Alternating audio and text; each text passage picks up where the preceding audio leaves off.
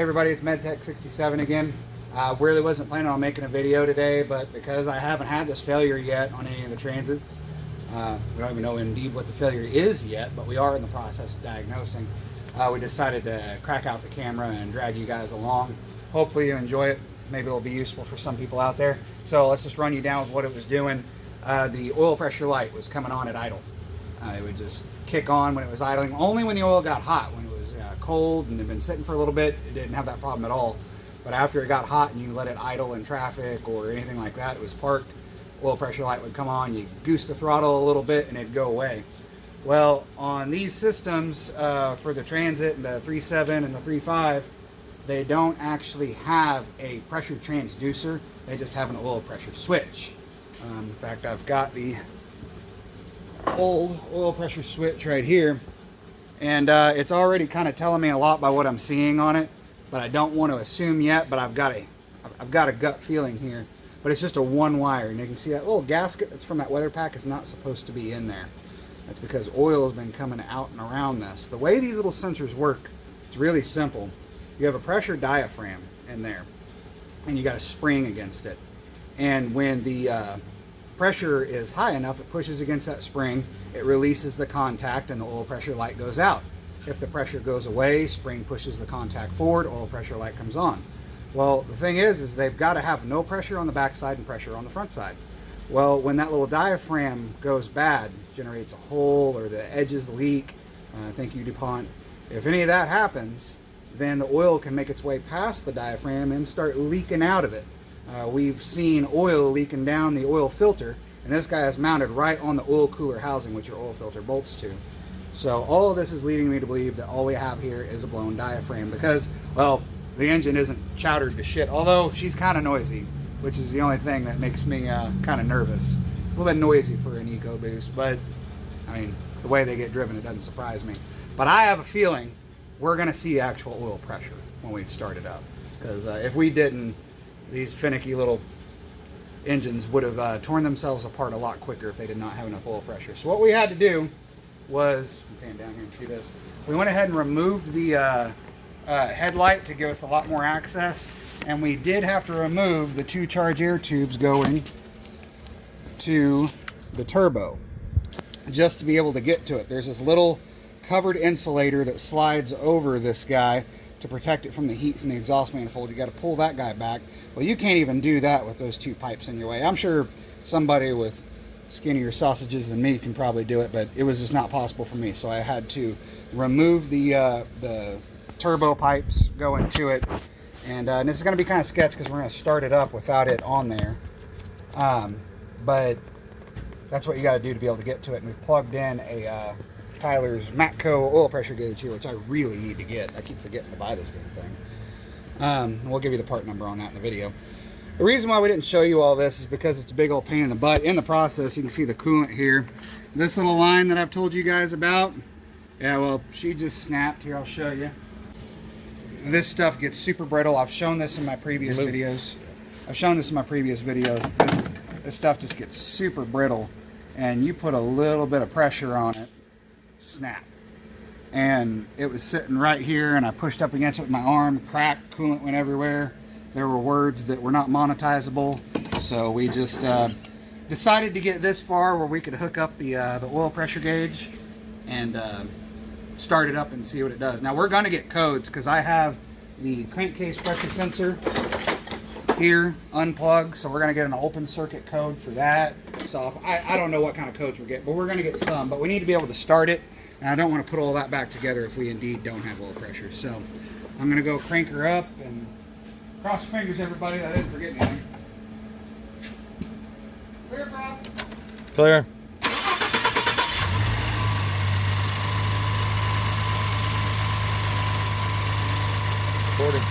It's like we got about 40 psi of oil pressure. I'll look up the specs here in a little bit and probably throw it up on the screen here, but I have a feeling that's plenty.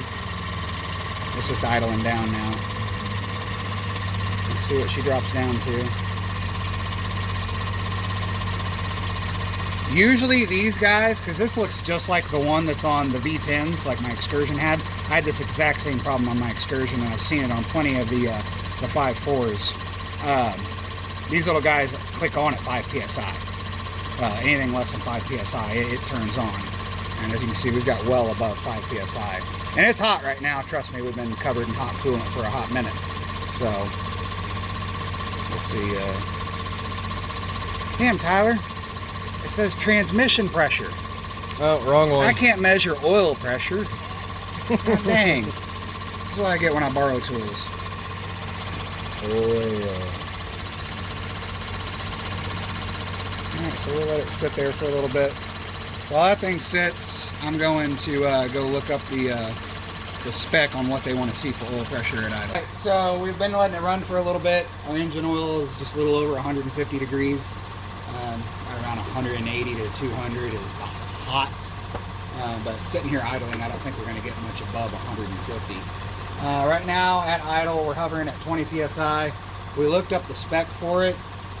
For the 3.5, they have you measured at 1500 RPM with the coolant at operating temperature. And we're definitely there. It's plenty hot. Coolant gauge is right in the middle. I'll check the coolant temperature here in just a second. Pause that. Alright, so our cylinder head temperature sensor right now is 194 degrees. So we're pretty close to there. We'll let it run for a little bit more too, but he's going to go take it up to 1500 RPM for us. They want to see 30 psi at 1500 RPM. We're sitting at 20 psi at idle at like 650 RPM right now, so I'm pretty sure we got that.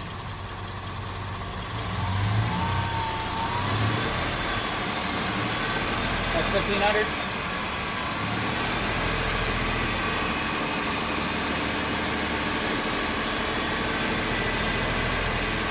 Oh, we definitely got that. Alright guys, so it's either we have an electrical problem from there to the sensor, which I don't think we do because of the way that it was intermittent with increasing the oil pressure. Like I said, with those sensors, if you get oil behind that diaphragm, now you don't have that pressure differential you need, and it's not reading what it thinks it's reading anymore. So we're going to go ahead and replace that sensor, and I feel pretty safe saying that it's the sensor, especially because it's like a $10 part. So we're going to do that, and we'll get back to you. I figure we show you what we do when a unit comes in for service. Now, Tyler and I actually, we take care of a fleet of about 30 trucks. Wait, no, it's like 35 now, isn't it? And it's mostly Ford E350 cutaway chassis, which we absolutely love compared to the Transit. Not dogging the Transit, but God, I love the cutaway chassis so much more. And the reason being is they're easy to work on in the field if you need to, and these are not. There you go. So what we do is every time a Transit comes in, we rotate the tires. We give the brakes a good inspection because these things chew through brakes super quick. We'll give all the suspension components a good check over. We'll check all our tie rods, our bushings, all that, just because these things are, they go through them. They live a hard life as a 911 truck, and I just don't think they had that in mind when they built the Transit. At least not 911 on Oklahoma roads with the people we got driving them anyway. These Lao fins here, which I really love, they're 225/75/16s, which technically are not rated for the full gross weight of a Transit, but that's fine for us because, it's an ambulance and you can only fit so much in an ambulance, so we will never exceed the tire's carrying capacity. But keep that in mind if you want to run a 225/75/16. But these tires have held out outstanding for us. I absolutely love them. Only thing is, I can't get them right now.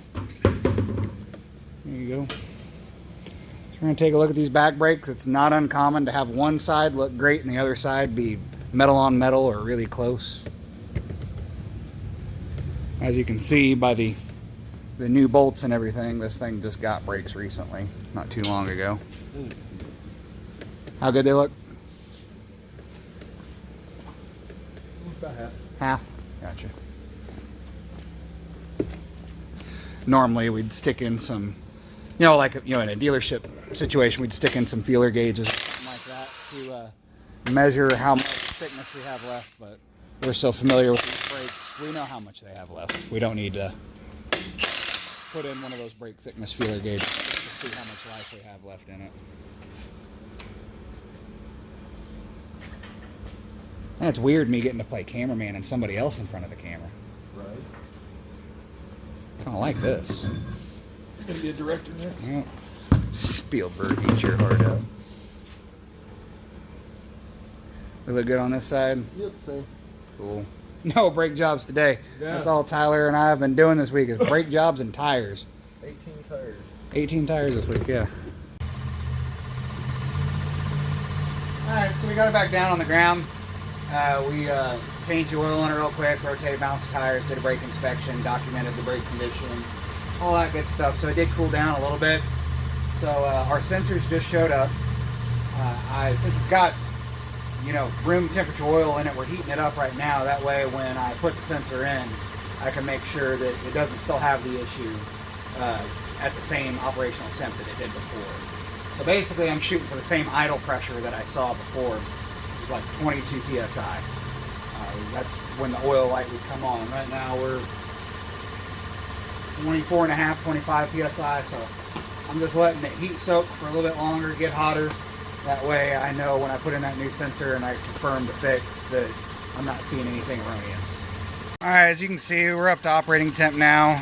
We're at the same pressure we were at earlier when it was kicking that light on at 20 psi at idle. In fact, I think we were a little bit higher than that and it was still kicking that on. That glare is horrible. So now we're going to shut it down. We're going to remove the pressure gauge, install the sending unit, and see if it still kicks the light on. She's still hot. Trust me, she's still hot. I just had my hands in there. Let's go ahead and crank her up. Oh, pressure light went out. Of course, we have a check engine light on because we have a whole bunch of stuff unplugged. But we're going to let it run for a little bit, heat back up and heat soak, and make sure that that we don't have an issue still. Alright guys, well, we fired it back up. I let it run for a little bit like you saw, and I let it run for about 5 minutes after that. And no oil pressure light, so pretty sure that we made a correct diagnosis on this one. I know it's pretty simple and not all that complicated, but I know that a lot of people, when they see that oil pressure light on their Transit, they're gonna freak. I know when I bought my white Excursion that has a 6.8 and it's a 2000, it's a 20-year-old truck, and I bought it for what I thought was a really good deal. The second week I owned it, I go out and I start it up and the oil pressure light comes on. I'm like, oh, that's why I got a good deal on it. Turned out just being the sensor. And I honestly wonder if that person saw that and thought, oh crap, I got to get rid of this thing. But she's still humming 50,000 miles later and it's one of my favorite trucks. So, but yeah, pretty simple fix. We're just going to go ahead and put the charge air pipes back in and send her on its way. We're going to clear the codes from everything being off of it while we had it running for so long. Sorry I didn't show you guys more of it. It's just such tight quarters and it's pretty straightforward. You pull the sensor out, you put the sensor in. Hopefully you guys can see where it was in there. It's right on that housing that your oil filter is mounted to. But we're going to go ahead and get this thing back in service. It's already almost 6 o'clock. Should have been home about an hour ago. So I'm going to get this thing rolling out the door. I hope you guys liked the video. If you did, like, comment, and subscribe, and we'll see you on the next one.